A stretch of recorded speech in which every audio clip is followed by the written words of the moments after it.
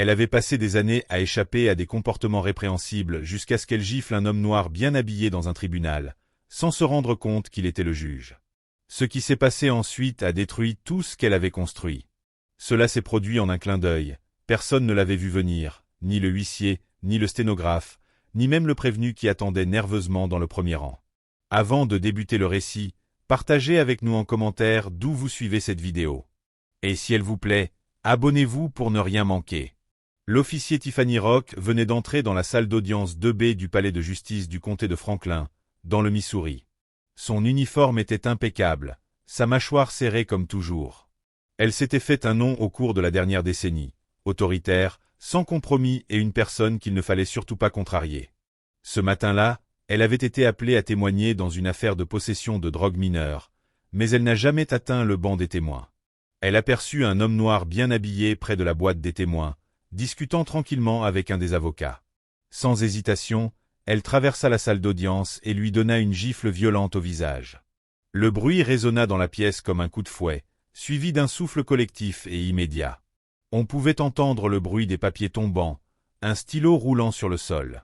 Pendant un moment, le temps sembla se suspendre. Tout le monde resta figé. L'homme ne tressaillit pas. Il ne cria pas, ne se lança pas sur elle, ne leva même pas la main. Calmement, il ajusta sa cravate, se passa la main sur la joue, et la regarda droit dans les yeux. « Je suis le juge Antoine Kelly, » dit-il d'une voix calme et délibérée, « et je préside cette salle d'audience aujourd'hui. » Ce silence, ce n'était plus seulement du choc, c'était du poids, lourd. Chaque paire d'yeux se tourna vers Tiffany, qui avait maintenant l'air d'avoir avalé un seau de clous. Elle cligna des yeux, une, deux fois, sa bouche bougea à peine, comme si elle essayait de former des mots. Le huissier, incertain de ce qu'il devait faire, se déplaça nerveusement près de la porte.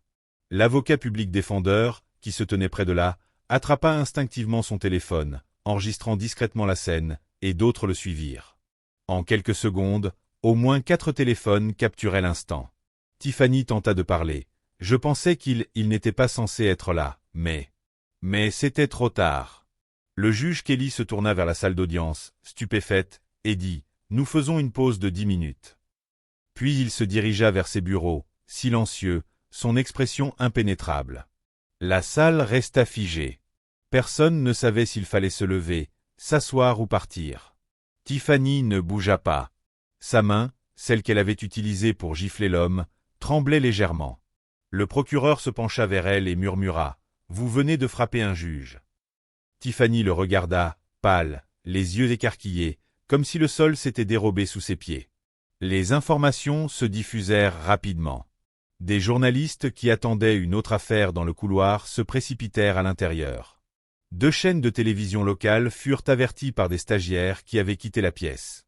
À midi, la vidéo avait fait son apparition sur les réseaux sociaux. Sans contexte, sans montage, juste une vidéo brute d'une policière blanche en uniforme frappant un juge noir en pleine audience. Le titre sous la plupart des reposts était simple. Une policière gifle un juge sans savoir que c'était un juge. Certains commentateurs pensaient qu'il s'agissait d'un faux, d'une mise en scène, mais la vidéo était trop nette, trop chaotique, dans ces petites façons que la vie réelle a toujours. Pas de musique de fond, pas d'angle flashy, juste une tension brute et des expressions réelles. Puis les réactions arrivèrent, avocats, militants, anciens prévenus, tous avec leurs propres histoires. Certains reconnurent Tiffany immédiatement, d'autres la connaissaient par réputation. Le juge Kelly, en revanche, resta silencieux. Il n'a pas fait de déclaration publique, ne s'est pas exprimé à la télévision, n'a pas menacé d'action en justice. Il s'assit simplement derrière son bureau, regardant le reste du programme judiciaire comme si cela n'était jamais arrivé. Mais tout le monde savait que quelque chose avait changé, un genre de changement dont on ne se remet pas. Avant que quiconque puisse traiter ce qui venait de se passer, les gens commencèrent à poser une autre question. Qui était vraiment l'officier Tiffany Rock? Avant la gifle, la plupart des gens en dehors du comté de Franklin n'avaient jamais entendu parler de Tiffany Rock. Mais au sein du département de police, elle n'était pas seulement connue, elle était crainte. Tiffany avait grimpé rapidement dans les rangs, trop vite pour certains. Tout juste sortie de l'académie dans la vingtaine, elle était passée par la patrouille, les narcotiques, puis une unité spécialisée dans les quartiers à haut risque. Elle avait gagné des médailles, avait été mise en avant dans des bulletins de département, avait pris la parole lors de 2 conférences de police. Mais derrière les gros titres et les poignées de main mises en scène, il y avait une autre version de Tiffany, celle que le public voyait rarement. Tout avait commencé petit. Un jeune conducteur noir verbalisé pour un feu arrière défectueux, jurant qu'il n'avait pas enfreint la loi. Lorsqu'il tenta de s'expliquer, Tiffany doubla l'amende pour non-conformité. Il déposa une plainte qui resta sans réponse. Une mère latina affirma que Tiffany avait fouillé sa voiture sans raison à l'extérieur d'un supermarché. Lorsque sa fille de 10 ans lui demanda pourquoi, Tiffany lui répondit « Vous, les gens, devriez savoir mieux ». La mère pleura en déposant la plainte, mais celle-ci disparut en moins d'une semaine. Ensuite, un incident qui faillit faire la une des journaux, une vidéo de Tiffany insultant 2 adolescents noirs assis devant un magasin. Elle les accusa de traîner. L'un d'eux enregistra ses cris, mais le clip disparut mystérieusement après que les garçons eurent été arrêtés pour résistance. Il y avait aussi des murmures dans les vestiaires du département et parmi les greffiers de tribunal. Tiffany utilisait des insultes quand elle pensait que personne d'important n'écoutait. Elle menaçait les officiers juniors qui ne la soutenaient pas dans les rapports et chaque fois que son nom apparaissait dans une plainte, les affaires internes apposaient discrètement le tampon « non soutenu ». Elle avait des amis influents, dont le chef Brannon, qui la considérait comme une héroïne. Le bon policier dans un monde difficile. Pour lui, le public ne comprenait pas ce qu'il fallait pour gérer ses quartiers. Des collègues comme l'officier Sam Delaney avaient vu les signaux. Il avait une fois essayé de parler après avoir vu Tiffany écraser la tête d'un suspect contre la vitre d'une voiture de patrouille. Elle m'a dit que si je déposais quoi que ce soit, je trouverais mon casier vidé d'ici lundi. Alors il a reculé. Ils ont tous fait de même, non pas parce qu'ils étaient d'accord avec elle, mais parce que Tiffany était le système, pas un défaut dans celui-ci, pas un cas isolé. Elle était le système. Elle incarnait ce à quoi cela ressemblait lorsque le pouvoir rencontrait les préjugés et se drapait dans un badge. Et ce n'était pas seulement ses actions, c'était l'arrogance qui venait avec le fait de savoir qu'elle était intouchable. Il y avait un moment, environ 6 mois avant l'incident dans la salle d'audience, lorsqu'un jeune officier, Jordan Blanc, avait déposé une objection formelle après avoir roulé avec elle pendant 2 semaines. Il a écrit dans le journal interne « Je l'ai vu arrêter 6 voitures en une seule journée, toutes des conducteurs noirs, toutes dans un rayon de 3 pâtés de maison. Aucune amende n'était justifiée. » Blanc a été transféré à un poste de bureau 2 semaines plus tard. Tiffany a reçu une médaille. Le problème n'était pas seulement Tiffany, c'était le fait que les gens la laissaient prospérer, que son ascension dans le département n'était pas contre sa conduite, mais à cause d'elle. Mais il y avait des fissures qui se formaient bien avant qu'elle ne frappe le juge Kelly. De vieilles plaintes avaient commencé à refaire surface discrètement. Les affaires internes avaient changé de direction et de nouveaux membres du conseil municipal n'étaient pas aussi enthousiastes à l'idée de balayer les choses sous le tapis. Mais Tiffany ne s'ajustait pas. En fait, elle est allée plus loin. Elle a appelé ces changements des jeux politiques et a dit à ses collègues lors d'un barbecue au poste « Ils ne peuvent pas m'atteindre, j'ai plus de saleté sur la moitié de ce département qu'ils n'en ont sur moi. » Elle ne savait pas encore, mais ce n'était pas du pouvoir, c'était un compte à rebours, et il avait déjà commencé. Mais quand elle a frappé ce coup dans la salle d'audience, sur le mauvais homme, au pire endroit, ce minuteur a frappé 0 et toute la machine sur laquelle elle comptait a commencé à tousser. Quand le juge Antoine Kelly est revenu dans son bureau, il n'a pas claqué la porte, il n'a rien jeté, il n'a pas crié. Il s'est simplement assis, a pris une inspiration, s'est penché en avant et a saisi la pile de dossiers sur son bureau comme si c'était un autre mardi. Mais ce n'était pas le cas, pas pour les dizaines de personnes dans cette salle d'audience, pas pour les avocats qui avaient vu leur part de tension, mais jamais un policier en uniforme giflant un juge en exercice, et certainement pas pour l'homme lui-même. Kelly était sur le banc depuis 12 ans, la plupart de ses années dans le comté de Franklin. Il n'était pas flashy, il ne poursuivait pas les gros titres, portait des cravates simples, gardait des photos de sa femme et de ses 3 fils sur son étagère, à côté d'un petit marteau que son plus jeune avait fabriqué à l'atelier du collège. Mais ceux qui le connaissaient comprenaient une chose, sa présence calme portait du poids. Il avait grandi à Saint-Peter, Missouri, premier de sa famille à aller à l'université, puis à la faculté de droit. Il avait travaillé dans la défense publique pendant 7 ans avant de changer de côté. Il avait vu toutes sortes d'affaires, les banales, les tragiques, les insensées, il les traitait toutes avec la même attention calme. Ce qui s'était passé dans cette salle d'audience, ce coup, ce n'était pas nouveau pour lui. Le manque de respect l'avait suivi pendant la majeure partie de sa carrière, mais ce n'était pas un regard sale ou un ton méprisant. C'était physique, public, indéniable. Pourtant, il n'avait pas élevé la voix, il n'avait pas jeté ses titres. Parce que Kelly ne croyait pas au spectacle. Il croyait aux conséquences. Dans le couloir, son greffier, Monique Barnes, était restée figée, toujours tenant le dossier qu'elle comptait livrer avant l'incident. Elle s'est glissée dans son bureau, hésitante. « Ça va ?» lui demanda-t-elle.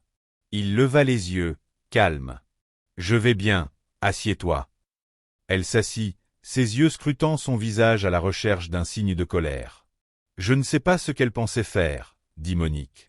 « On peut déposer une plainte, porter plainte, les images sont déjà partout. » Il hocha la tête. « On pourrait, mais... » Il se pencha en avant et ajouta, « J'ai envie de voir comment ils vont gérer ça. » Elle inclina la tête. « Tu veux dire le département, tout le système. » Il dit en croisant les mains, « Voyons voir si ça reste allergique à la responsabilité. » Monique cligna des yeux. Elle connaissait son style, cela signifiait qu'il ne pousserait pas. Il attendrait, laissant le système se révéler. À l'heure du déjeuner, le nom de Judge Kelly était tendance. Les gens l'avaient reconnu d'un discours qu'il avait donné lors d'une remise de diplôme dans une école locale il y a 2 ans. Des extraits étaient remontés, des citations étaient postées. La loi n'est pas une arme, c'est un outil, et elle appartient à tout le monde, pas seulement aux voix les plus fortes. Mais il ne tweetait pas, ne donnait aucune déclaration. Lorsqu'on lui a demandé par les journalistes à la fin de la journée s'il comptait porter plainte, il n'a donné que cela. « J'attends le même niveau de professionnalisme et de responsabilité que j'ai montré aux autres pendant les 12 dernières années. Je fais confiance au système pour gérer cela correctement. » C'était un défi déguisé en calme, et les gens l'ont compris. Pendant ce temps, à l'intérieur du département, les choses devenaient déjà inconfortables. L'assistante du chef avait laissé 3 messages sur le répondeur de Tiffany. Le service juridique du comté avait envoyé une enquête discrète à ressources humaines, et au moins 2 officiers juniors avaient appelé malades, ne voulant pas être impliqués dans la tempête qui se préparait. Pourtant, Kelly ne poussait pas, parce qu'il n'en avait pas besoin. Les images parlaient plus fort que tout ce qu'il pourrait dire. Chez lui, ce soir-là, sa femme Nadine s'est assise à ses côtés sur le canapé, tenant sa main. « Tu aurais dû la faire escorter hors de là en menottes, » dit-elle calmement. « J'ai voulu, » admit-il. « Mais tu ne l'as pas fait parce que ça n'aurait rien changé. » Elle soupira. « Tu penses que cette fois-ci, ce sera différent ?» Il baissa les yeux sur leurs doigts entrelacés. « Je pense qu'elle a choisi le mauvais homme, au mauvais endroit, au moment exact. » Mais si Tiffany pensait que le silence signifiait la capitulation, elle allait apprendre à quel point la dignité pouvait devenir bruyante, lorsque le pays regardait enfin. Le matin suivant, Tiffany Rock a été mise en congé administratif. L'email officiel du département était vague. Enquête en cours sur un incident impliquant le personnel judiciaire. Mais la vérité n'avait pas besoin d'un communiqué de presse. Elle était déjà partout. Le coup avait fait le tour du monde pendant la nuit. Les journalistes répétaient les images, les podcasts les disséquaient, et les sections de commentaires explosaient avec des histoires de personnes ayant eu leur propre démêlé avec elle. Une vidéo datant de 4 ans est apparue. Un enregistrement de caméra de tableau de bord légèrement granuleux, où Tiffany criait après un adolescent lors d'un contrôle de routine. Ses mots étaient légèrement flous, son ton menaçant. Le garçon avait été relâché sans charge, mais l'enregistrement n'avait jamais été diffusé, jusqu'à maintenant. Cette fois, les gens ne parlaient pas seulement, ils écoutaient. Et son badge ne la protégeait plus. Un animateur de talk-show conservateur local a donné une interview téléphonique hésitante, affirmant que le juge avait eu un comportement menaçant et avait fait un mouvement soudain. Cela n'a pas fait effet, même ses défenseurs habituels se sont tus. On aurait presque pu entendre les murs de relations publiques se fissurer lorsque l'animateur a coupé le segment en déclarant « Nous attendrons plus de faits avant de tirer des conclusions ». Puis est arrivé l'email de son avocat syndical. « En raison d'un conflit d'intérêts, je ne peux plus vous représenter dans cette affaire. » Traduction, vous êtes radioactive. Sa boîte de réception débordait, des journalistes appelaient, des amis cessaient de répondre, même sa fille Avery, étudiante de 19 ans, lui avait envoyé un simple message. « Pourquoi as-tu fait ça, maman ?» Tiffany était assise dans sa cuisine, les médailles de ses services fièrement exposées au-dessus du réfrigérateur. Elle semblait différente maintenant, plus lourde, comme si elle ne lui appartenait plus. Elle croyait toujours qu'elle n'avait rien fait de mal, pas vraiment. Il avait l'air d'un pervers, murmura-t-elle seule à la table de la cuisine. Il n'aurait pas dû être là, habillé ainsi, parlant comme s'il dirigeait les lieux. Mais au fond, Elle savait que ce n'était pas à propos de ce que le juge Kelly portait ou de l'endroit où il se tenait, c'était à propos de son impulsion, celle qu'elle n'avait jamais remise en question, celle qui lui avait valu des promotions, du respect et de la peur, mais jamais de responsabilité. Et maintenant, cette impulsion s'était transformée en une boule de démolition. 2 jours après l'incident, le département de police du comté de Franklin a tenu une conférence de presse. Pour la première fois en 15 ans, le chef de la police était accompagné de son avocat. Nous ne cautionnons pas les actions de l'officier Roark dans la salle d'audience. Une enquête interne est en cours. Nous prenons cette affaire très au sérieux. Il n'a pas qualifié Tiffany de bonne policière, il n'a pas dit qu'elle avait servi avec distinction, il n'a rien dit qui ressemble à une protection, juste des faits froids et distants. Tiffany regarda la conférence de presse sur son téléviseur du salon, de la même manière que tout le monde. Mais si elle pensait que le silence de ses collègues était le pire, elle allait bientôt découvrir ce qui se passe quand toute la structure sur laquelle elle comptait commence à se retirer, brique après brique. Tiffany avait l'habitude de se promener dans le département comme si elle en était la propriétaire. Plus maintenant. Ceux qui osaient encore la regarder dans les yeux le faisaient rapidement, nerveusement, comme s'ils ne voulaient pas être vus près d'elle. Sa prise de fer sur le commissariat était partie, remplacée par une sorte de vacuité maladroite, comme si quelqu'un avait retiré un portrait de travers mais que le clou était toujours fixé au mur. Son congé administratif se prolongeait. Pas de salaire, pas de badge, pas de réponse, juste l'attente à la maison. Son monde se rétrécissait rapidement. Sa fille Avery ne répondait à aucun message, pas depuis la nuit de l'incident. Elle n'avait jamais été proche, pas vraiment. Tiffany l'avait élevée avec des règles, pas de chaleur. Mais maintenant, le silence piquait différemment. Elle essaya de l'appeler une fois de plus. « C'est ta mère, s'il te plaît, parle-moi. » La ligne se coupa après la première sonnerie. Tiffany fixa son téléphone pendant un long moment avant de le poser face contre table. Elle avait passé tant de temps à penser qu'elle était celle qui contrôlait, que la peur des gens signifiait du respect, que les plaintes internes n'étaient que du bruit provenant de gens qui ne comprenaient pas le travail. Mais maintenant, assise à sa table de cuisine, les stores à moitié fermés pour éviter la camionnette de caméra en face de chez elle, tout ce qui lui restait, c'était du temps et du silence. Elle n'avait pas encore été inculpée, mais le département ne la couvrait plus. Le syndicat était devenu silencieux, les avocats avaient cessé de répondre et, en arrière-plan, plus d'accusations arrivaient. Un groupe de surveillance des droits civils avait déposé une pétition demandant un examen indépendant de chaque affaire sur laquelle elle était intervenue ces 5 dernières années. Un par un, des noms s'étaient présentés, d'anciens suspects, d'anciens officiers, même un juge à la retraite qui se souvenait de Tiffany hurlant sur un prévenu en plein procès, quelque chose qu'il avait à l'époque mis sur le compte du stress. Elle se rendit sur Internet pour lire les commentaires, juste pour voir. C'est exactement pourquoi nous avons besoin de réformes. Cette femme pensait qu'elle était au-dessus de la loi. Elle a embêté le mauvais juge. Dieu merci. Et puis, les pires, de gens qui prétendaient être ses amis. J'ai toujours eu un mauvais pressentiment à son sujet. Elle était toujours trop agressive. Je me souviens d'une fois où elle a ri après avoir fait pleurer un enfant dans une salle d'interrogatoire. Ça m'est resté. Ce n'était pas de la trahison, c'était une erreur, comme si elle n'avait jamais appartenu à ces gens. Sa boîte vocale était pleine, journaliste, avocat civil, même une femme d'une société de production de documentaires demandant si Tiffany serait prête à partager sa version de l'histoire. Elle n'a pas rappelé. Le seul endroit où elle se sentait quelque peu en sécurité était son garage, assise dans la voiture, moteur éteint, porte verrouillée. Elle y passait des heures, repassant des affaires anciennes dans sa tête, se disant que tout cela ne serait pas arrivé si ce juge s'était juste écarté, s'il n'avait pas essayé de faire une scène. Mais peu importe combien elle tordait les choses, elle ne pouvait pas changer ce qui s'était passé. Elle avait giflé un homme en plein tribunal, un homme qui n'était pas une menace, qui n'était pas un suspect, qui était un juge assis, et tout le pays l'avait vu. Un après-midi, sa voisine, Madame Bisley, qui lui avait autrefois fait un signe de la main lors de ses joggings matinaux, passa avec son chien et ne lui lança même pas un regard. Ce petit moment frappa plus fort qu'elle ne s'y attendait. Le silence effaçant, le rejet poli. C'était pire que les gros titres, car les gros titres s'estompaient, mais être laissé derrière, ça dure. Plus tard cette nuit-là, Tiffany parcourut une vieille photo du commissariat sur son téléphone, un groupe d'entre debout devant le panneau du département.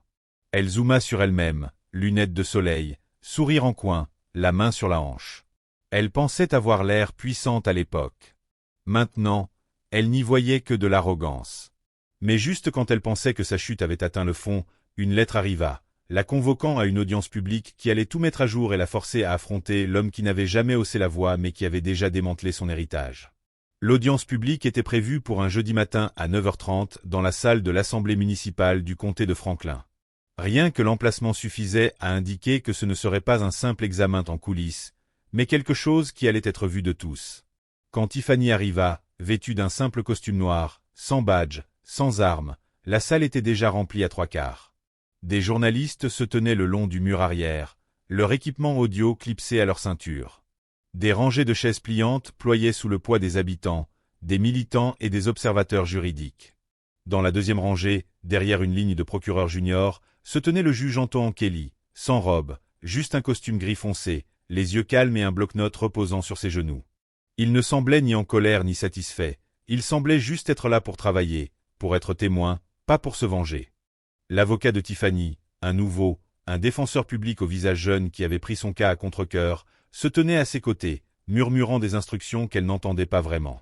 En face d'eux, le comité de révision civile était assis en demi-cercle, avec des plaques nominatives et des expressions sévères, un ancien détective, un ancien défenseur public, un pasteur local, un organisateur communautaire, un juge d'un autre comté. Ce n'était pas une salle d'audience, mais cela y ressemblait fort. La présidente, Monsieur Loretta Vaughan, commença la session sans tarder. Elle avait une voix qui traversait le bruit comme un scalpel. Le juge Kelly s'avança vers le micro.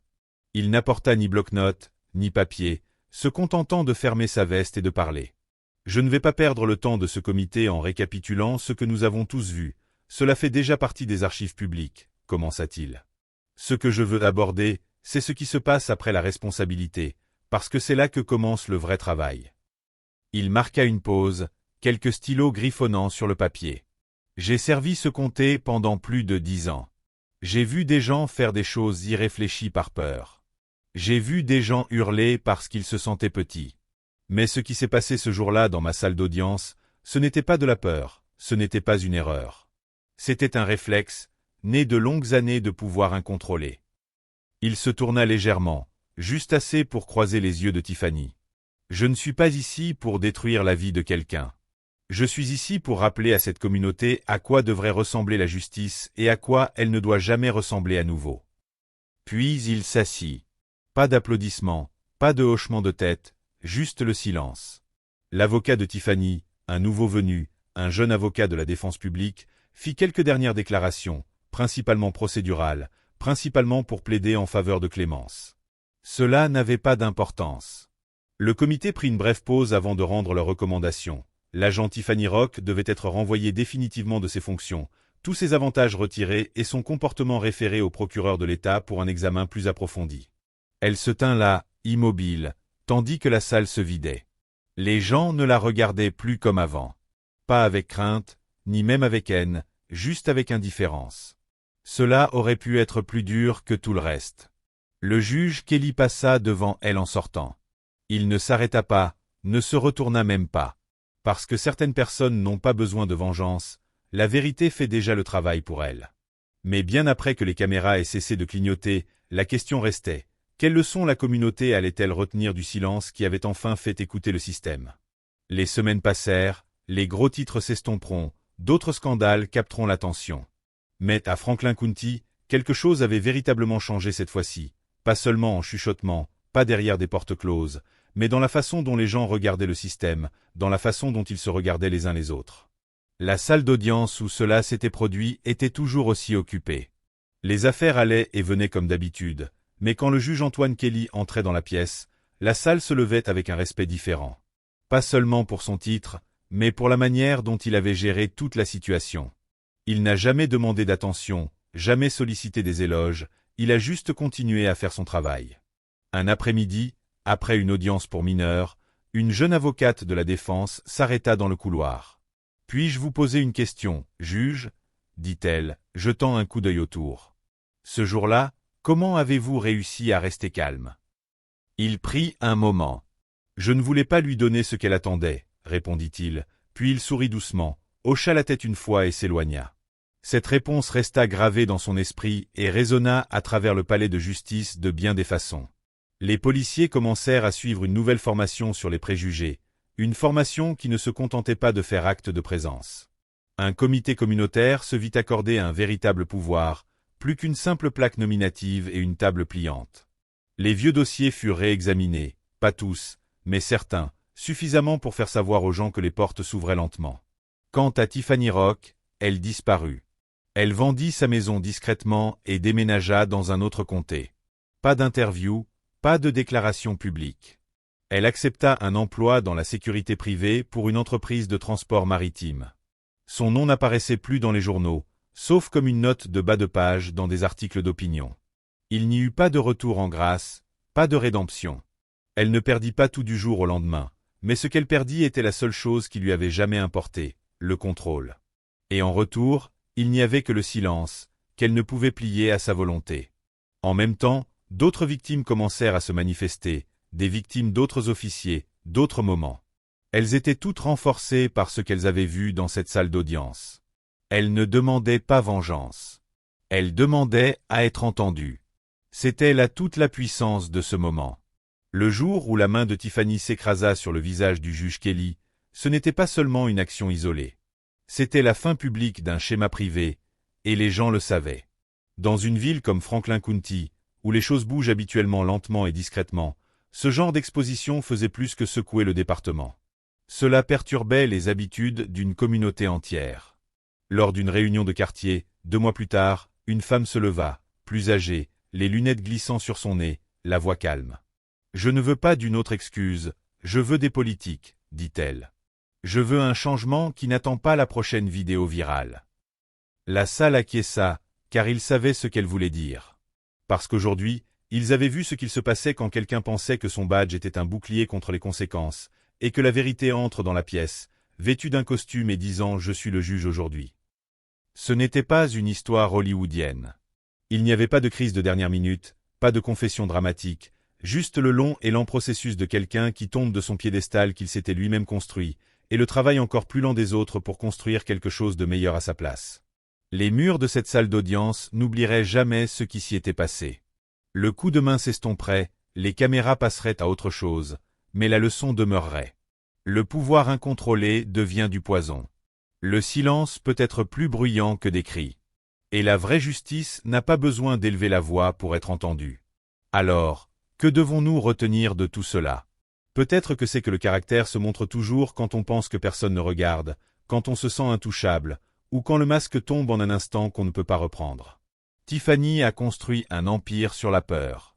Le juge Kelly a construit sa présence sur la retenue.